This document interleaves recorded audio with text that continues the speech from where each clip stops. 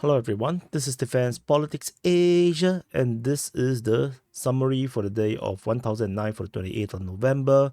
This will also include the latest frontline changes, information, geolocations from as per this recording from today, the 29th of November.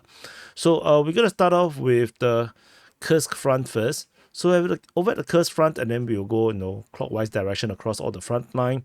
The Russian forces continue their major push from the western flank, and then there is the start of a eastern flank attack, as well as some new developments over in the southern flank. So first, we go to the western flank first. Whoops, my phone.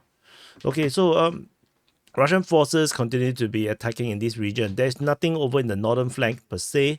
In this western flank, Russian forces continued. Strategic situation did not really change. Fighting reported at Nikolaevo, Darino, Nizhny Klint, Svidiklovo, Lebedevka, Alexandria, Novo Ivanovka, Leonidovo, Viktorovka, as well as Nikolsky. So largely this remains the same.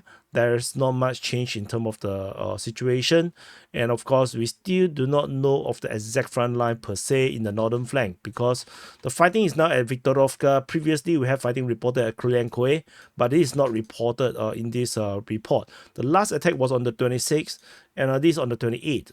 There's a high chance that the Russians may have already advanced in this region, causing the front line to change so that they can focus on Viktorovka. That is a possibility. So we do not know per se. The lack of information over in the northern flank is very suspicious. So let's continue to wait and see how this continue to play out. On the eastern flank, it's interesting. We have fighting being reported at Martinovka, according to the Russian Defense Ministry. The Ukrainians never talked much about their Kursk offensive or situation. They don't talk. They just say that there is fighting. They kill how many people, all something. But they don't talk about it. So information here is always largely based on the Russian side information. In the southern flank, other than the usual of fighting reported at Blakovo, the Russian Defense Ministry mentioned Kurilovka. So the last time Kurilovka was mentioned was on the 12th of November, and that was, I believe, is from the pro-Russian source Ryba rather than the Russian Defense Ministry. So this definitely is some kind of a development, I would say. However, the Russians report always it's not exactly per se very predictable sometimes. But they did say that they inflicted losses. It could be by shelling, it could be from anything. So just take it with a pinch of salt. So that's all from the Kursk front. Over at the Kharkiv front, Russian forces are fighting over in Kozacha Lopan. Shelling is reported as Latine. Klipoke, Lipsy also sees fighting being reported, Voschans as well as Taike. The strategic situation remains largely the same, with the Kozacha Lopan situation definitely is the one that I will take a look. However, no further information regarding the Russian incursion is reported per se. So there might be no incursions. It could be just shelling report, but a lot of focus on Kozacha Lopan. Maybe the Ukrainians are planning a counter-offensive here, which is why there was this increased number of attacks by the Russians in this area. If these are not shelling, and then maybe Statine is the one, because the Ukrainians are using this highway to go up from Kharkiv to Kozacha Lopan to eventually launch a major offensive into the Kursk region. You have to understand, Sersky has already said that they are now preparing a major offensive or major counter-offensive, and honestly, there is not many good options where the Ukrainians can launch an attack. And I got a feeling that if we really are going to talk about a weak spot and a good target that is very near, it's going to be Belgorod. And if the Ukrainians, since the Ukrainians are still at the border region with the Russians along the Kozacha Lopan sector, the Ukrainians launching an attack in this region towards Belgorod could potentially be sensible thing. If we are talking about a distance between Kozacha Lopan to Belgorod around 34 kilometers, from the border to the border of to the nearest border, the outskirt of Belgorod is around just 77 kilometers. So ultimately, this is a way easier target than what happened in Kursk. Kursk, they actually at their maximum maximum distance that they have traveled, did indeed travel enough distance to go from the Kharkiv border all the way to Belgorod. But they screwed it up because they have been doing incursions in the Kursk, the Belgorod region. So which actually caused the Russians to create a buffer zone. However, the buffer is not at this Kozacha Lopan sector, so it's definitely one of the very few spots that the Ukrainians can actually do something. So let's continue to watch and see how these develop. Over at the Kupiansk front, Russian forces continue to have the beachhead around the Vorishna region. Russian forces seemingly may have captured Novolimsk, as the fighting has now moved on into Vikholivka, according to the Ukrainian Defense Ministry. The Ukrainians did not mention Novomlinsk, which means that the Russians may have already captured it, and fighting by the Russian was reported in the Vorishny region, according to the Russian Defense Ministry. They reported some fighting around this region.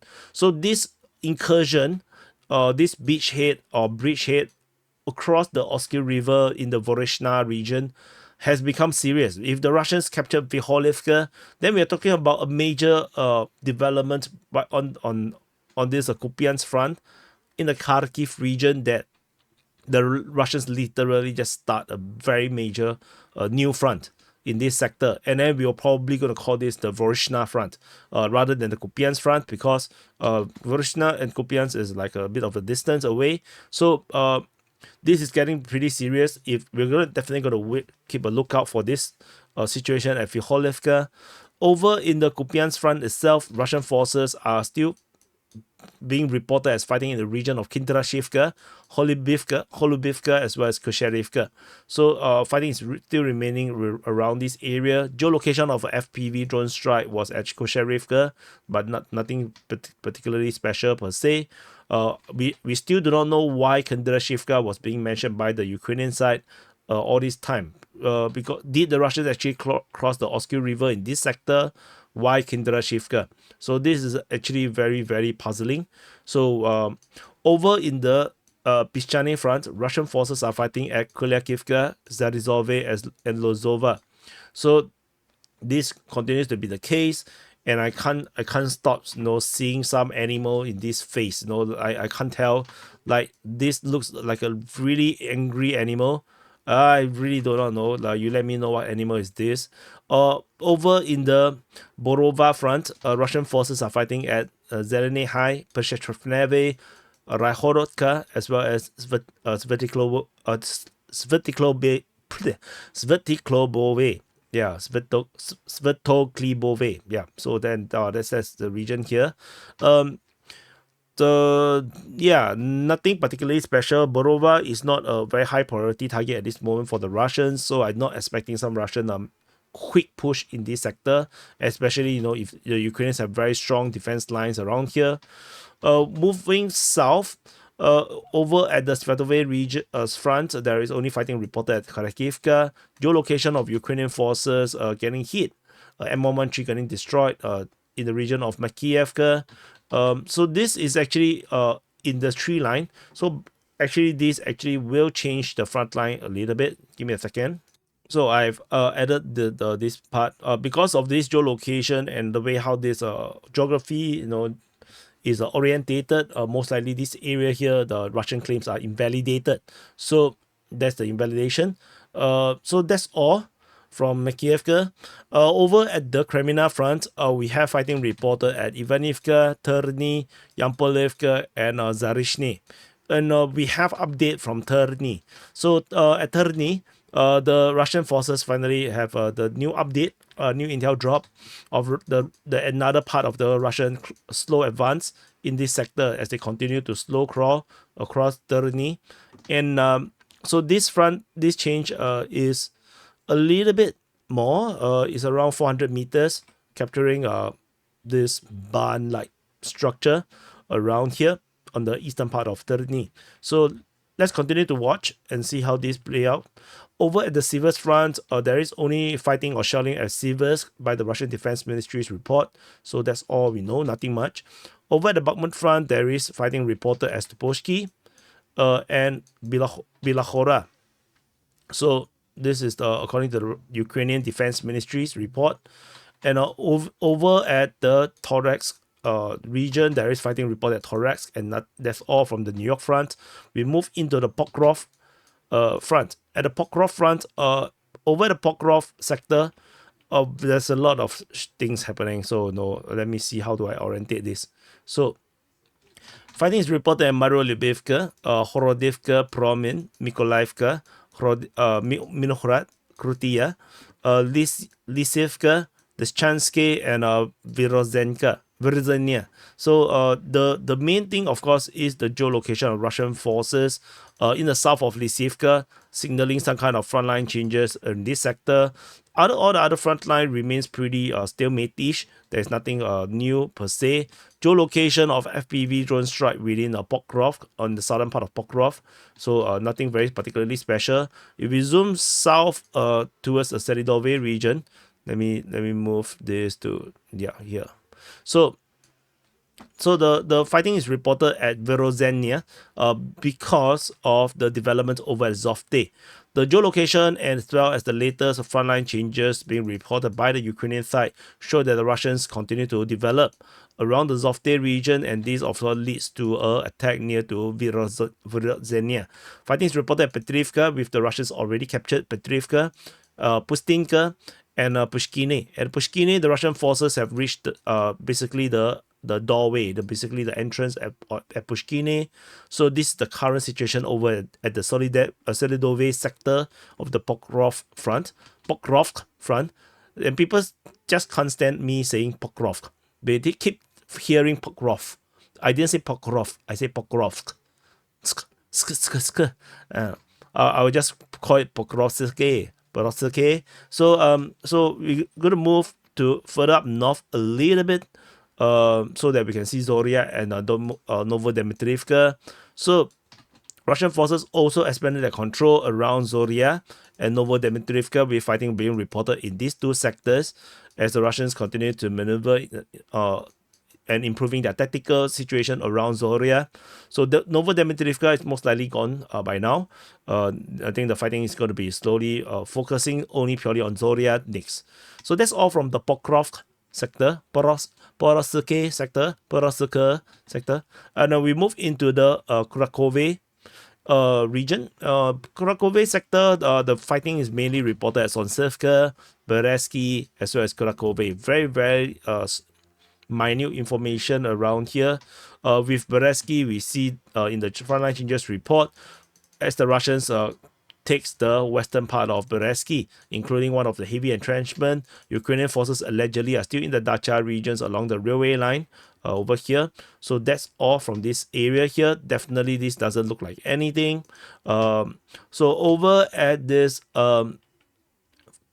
Uspenivka sector, the eastern flank of the Uspenivka sector, Russian forces are fighting at Darne, Hanevka, Romanevka, Zelenihai, Trudove.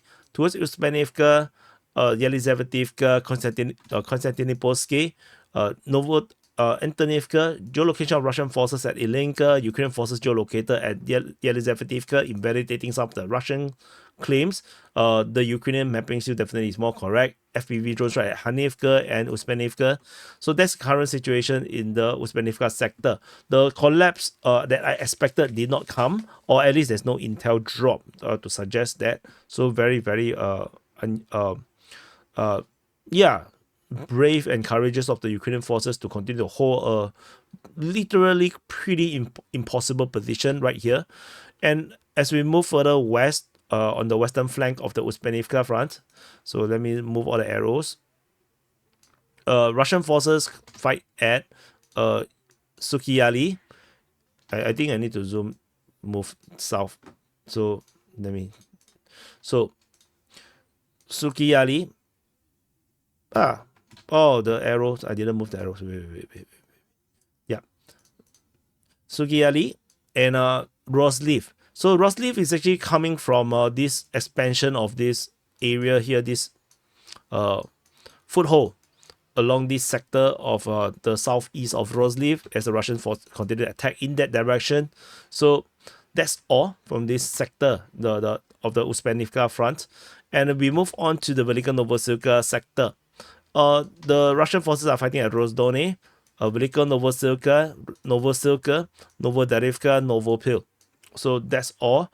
The main changes is coming from Velika Novosilka, where the Russian forces are strengthening the front line in this area here as they prepare their posture outside of Velika Novosilka to improve their sieging. So they basically, it's almost like they're sieging Velika Novosilka. They are preparing the lines outside of this city, this small city. So tentatively, this is still not a good line. This will just be a frontal assault and it's going to end badly. So definitely the Russians are going to find other ways to encircle it. And we move into the Zaporizhia front. Shellings reported over at Novoyakovlevka, according to the Russian Defense Ministry, and there was fighting reported at Malotomashka. But that's all. Continued to be a quiet front.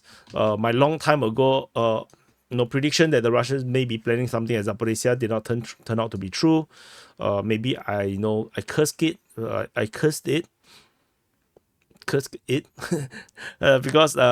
I said that it might happen and the Russians decided not to do it. Maybe that's what it is. Because I reviewed their secrets.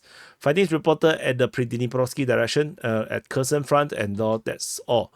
And the Russian Defense Ministry, on the strategic side of the information, they did also did a report on the response to Ukrainian long-range strike inside Russia using Western weapons.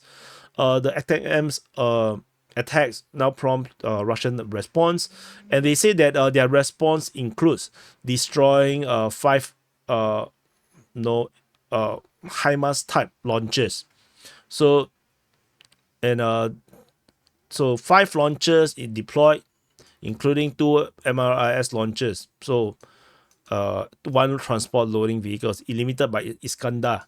So and then another 3 was destroyed at Bobrik. So they basically just saying that by destroying the response is hitting back at these HIMARS and MLRS launchers. They also Iskandar strike Novomikhailivka, hitting 2 Grom-2 launchers, and then they hit some Neptune anti-ship missile launcher and blah blah blah. And then then they also say that they missile strike the Kraken unit of the main Directorate of Intelligence on the 25th, and then the Iskandar strike Ukrainian SOF, Special Operation Forces Center, and then they also on the 28th do a combined strike on Ukrainian defense industry. So then they claim that they has launched 100 missiles, 466 Garand-2, and blah blah blah blah blah. So honestly, I can't tell this is a retaliation. This just feels like a normal military operation as per what they always do. So I feel like this cope. They didn't really react in much ways. Like, this is not much different from the retaliation of Ukrainian strikes at Crimea, Sevastopol, or the Kerch Bridge. Like, there is not much of a difference. I can't tell. I think they are just gaslighting the people who support Russia. Anyway, thank you for watching. Press the like button, subscribe. And I heard a lot of people telling me to cover the Syrian situation. I try to do my best. I'm not feeling very well because yesterday football I injured my leg, and I really have a very, very serious knock on my knee, so I can't really walk very well. I'm just tired, and let's see how this goes. I'll do what I could. It looks really complicated looking at the Syrian situation, and I feel like I want to understand it a bit more, but I haven't have time to go and read it up. So let me see how this goes. I will then consider where I should publish the reports. Anyway, thank you for watching. Press the like button, subscribe. See you guys in the next update.